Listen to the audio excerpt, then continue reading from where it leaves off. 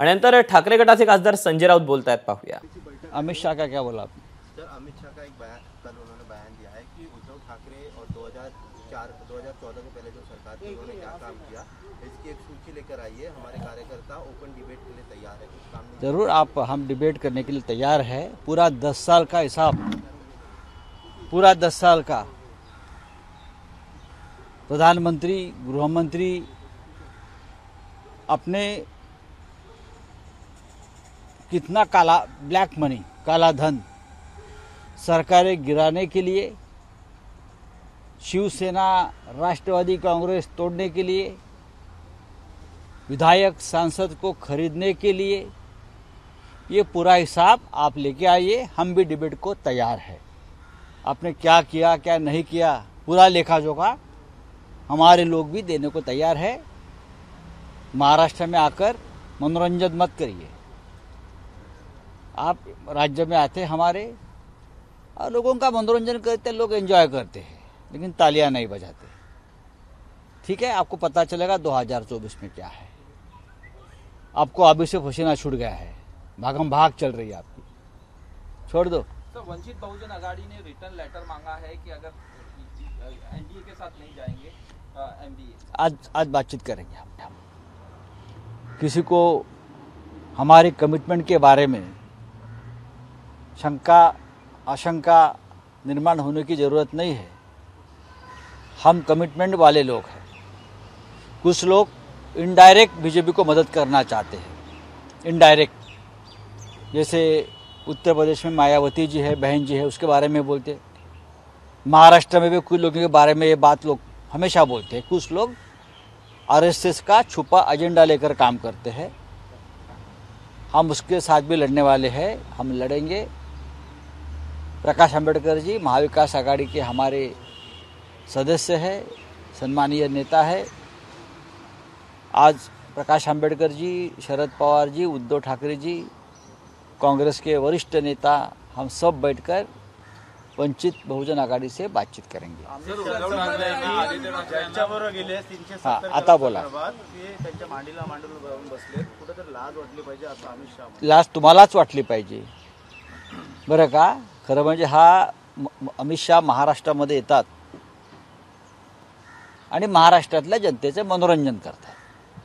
कधी मोदीजी येतात, कधी अमित शाह येतात आणि या राज्याच्या जनतेचं मनोरंजन करतात। काय म्हणाले म्हटलं आपण ते परत सांगा मला।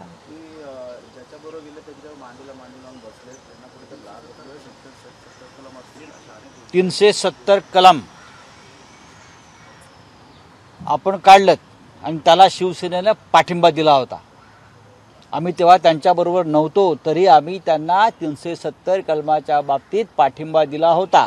अमित शहानी आपलं स्मरणशक्ती जरा व्यवस्थित करून घेतली पाहिजे। नंबर 1, 370 कलम काश्मीरमध्ये काय दिवे लावलेत ते सांगा। काश्मीरी पंडित आले का? हजारो काश्मीरी पंडित आजही आपल्या राज्यात 370 कलम हटवल्यावर सुद्धा निर्वासिताचं जीवन जगतायत।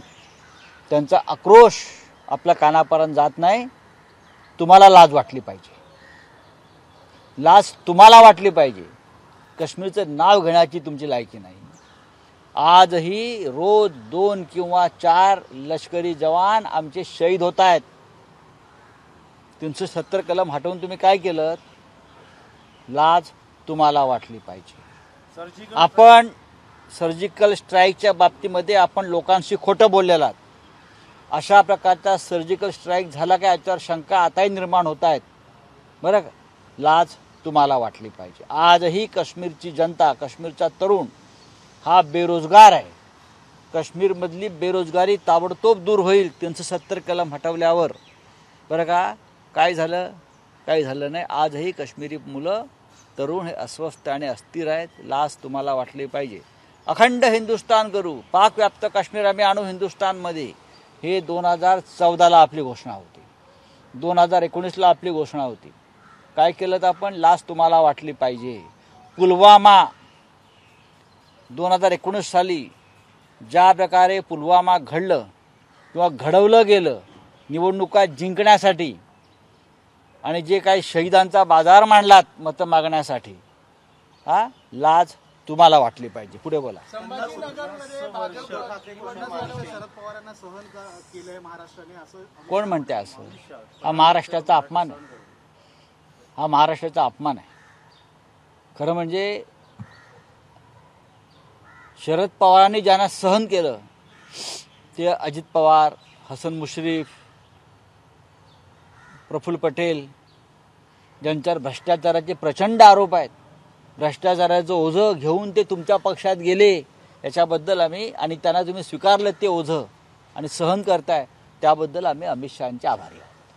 उद्धव ठाकरे यांना आदित्य ठाकरे यांना मुख्यमंत्री करायचं होतं असा टोला देखील लागला अमित शहा. त्याला असले कसले टोले? ते काय गल्लीतलं क्रिकेट खेळतात काय? टोले मारले. आम्ही एकच टोला मारू. हां बोला. संभाजीनगरमध्ये गेल्या अनेक काळ शिवसेनेचा उमेदवार होता, शिवसेनेचा होता, शिंदे गटाचा नव्हता किंवा शिंदे सेनेचा नव्हता. संभाजीनगरची जागा आम्ही लढत आहोत. शिवसेना, खरी शिवसेना आम्ही लढणार आणि आम्ही जिंकणार. आता ती जी काय त्यांची अमित शहाने निर्माण केलेली गँग आहे, वेगळी टोळी, त्यांच्याकडून जर जागा त्याने काढून घेतली असेल तर तो त्याच्याशी आमचा काय संबंध आहे? त्याच्यावर त्यांना लाज वाटली पाहिजे जे त्यांच्याबरोबर आहेत त्यांना. पण संभाजीनगरची जागा ही माननीय उद्धव ठाकरे यांच्या नेतृत्वाखालची शिवसेना ही लढणार आणि जिंकणार. पार अमित शहा शिंदे गटाच्या, शिंदे टोळीच्या, शिंदे गँगच्या त्या जागा ते घेतात, आमच्या नाही. आम्ही महाराष्ट्रामध्ये ज्या आमच्या जागा आहेत परंपरेने त्या लढतोय आणि त्या आम्ही जिंकू. कोल्हापूरची जागा ही सोडण्यात आली आहे काँग्रेसची आणि त्या बदल्यात सांगलीच्या जागेवर शिवसेनेचा उमेदवार असेल. मात्र सांगलीचा मतदार हा नेहमी काँग्रेसचा मतदारसंघ होता. कोल्हापूरचा मतदार हा सुद्धा शिवसेनेचाच मतदार होता ना. मतदार हा कोणाचा नसतो. मतदार हा एका विचारानं काम करतो. सांगलीमध्ये 2014 साली काँग्रेसचा पराभव झालेला आहे, आपल्याला माहितीसाठी सांगतो, 3.5 लाख मतांनी. 2019ला तिथे काँग्रेसचा उमेदवार नव्हता, काँग्रेस लढली नाही. तेव्हा तुमच्याकडे माहिती करेक्ट करून घ्या. 2019ला सांगलीमध्ये काँग्रेसचा उमेदवार नव्हता. मी आता त्याच्यावरती कोण लढणार सांगत नाही, पण काँग्रेसचा तो आता मतदारसंघ राहिलेला नाही.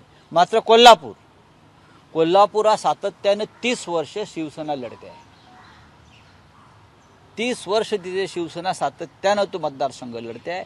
कधी जिंकतोय, कधी हारतोय. आता सध्या ही विद्यमान सिटिंग जागा आमची आहे. प्रख्यात अभिनेते रमेश देव हे सुद्धा शिवसेनेकडून कोल्हापूरला लढले आहेत.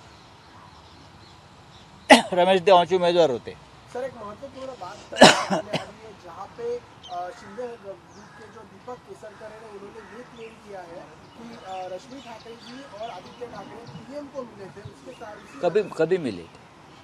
पीएमओ ऑफिस को बोलो, खुलासा करो. ये जो है एक केसरकर टाइप लोग या और कोई लोग, उनको कुछ काम धंधा नहीं है. वो बौखला गए हैं. वो उनके गुलाम बन गए हैं बीजेपी और मोदी जी के और आरएसएस के. इस प्रकार की बातें प्रसारित करते हैं. अगर वो प्राइम मिनिस्टर को मिले तो पीएमओ के तरफ से एक खुलासा ले लो, हाँ इस तारीख को मिले है करके. और क्यों मिलना है? हम नहीं मिलेंगे किसी को. क्या जरूरत है? त्यांचं म्हणणं देखील आहे की कुठेतरी आता त्यांना त्यांची ताकद कळाली आहे. काय कोणाची ताकद? दीपक केसरकरची ताकद आहे का? दंडावर बेडक्या नाहीत त्याच्या. हा मोती तलावचा डोमकावळा सावंतवाडीतल्या, हा डोमकावळा बसला का लोक हाडहाड करतात. या डोमकावळा आमची ताकद दाखवतोय का? त्याची ताकद दाखवतोय का? सावंतवाडीत निवडून या म्हणावं. हिंमत असेल निवडणुकीला उभे राहा. उगाच पकपक करू नका बदकासारखी. ठीक आहे, चला. महाविकास आघाडीची बैठक आहे. काय अंतिम मसुदा तयार होईल असं वाटतंय का आज? आणि दुसरीकडे प्रकाश आंबेडकरांनी ज्या पद्धतीने पत्र दिलेलं आहे, देऊ त्या ना पत्र. बघा, प्रकाश आंबेडकरांचं पत्र आपण वाचायचं असतं. ते उत्तम वक्ते आहेत, उत्तम लेखक आहेत. बाबासाहेब आंबेडकर हे उत्तम लेखक होते, उत्तम पत्रकार होते, उत्तम पत्रलेखक होते. आता त्यांचा वारसा जर प्रकाश आंबेडकरजी चालवत असतील लिखाणामध्ये तर आपण त्यांचं स्वागत केलं पाहिजे. आंबेडकर छान लिहितात, पत्र वगैरे उत्तम लिहितात. उत्तम विचार मांडतात, वाचायची असतात. मात्र त्यांची जी भूमिका आहे महाविकास आघाडीची ती थोडी संशयास्पद वाटत नाही का? कारण का तुम्ही हे बोलताय की संशयास्पद वाटत नाही का, त्याच्यावर ते खुलासा करतील. आम्हाला संशयास्पद वाटत नाही, आम्ही त्यांच्यावरती प्रामाणिकपणे विश्वास ठेवतोय. आमचा मायावतींवरती विश्वास नाही. मायावती भारतीय जनता पक्षाला उत्तर प्रदेशात अप्रत्यक्षपणे मदत करतायत. ते मायावती RSSचा अजेंडा चालवत आहेत. मायावतींवरती भ्रष्टाचाराचे आरोप आहेत. मायावती दबल्या गेलेल्या आहेत. पण प्रकाश आंबेडकरांचे तसं नाही. प्रकाश आंबेडकर ह्या महाराष्ट्राच्या मातीतला डॉक्टर आंबेडकरांचा वारसदार आहे आणि ते ठामपणे मोदींची हुकुमशाही गाडण्यासाठी आमच्याबरोबर उभे राहतील.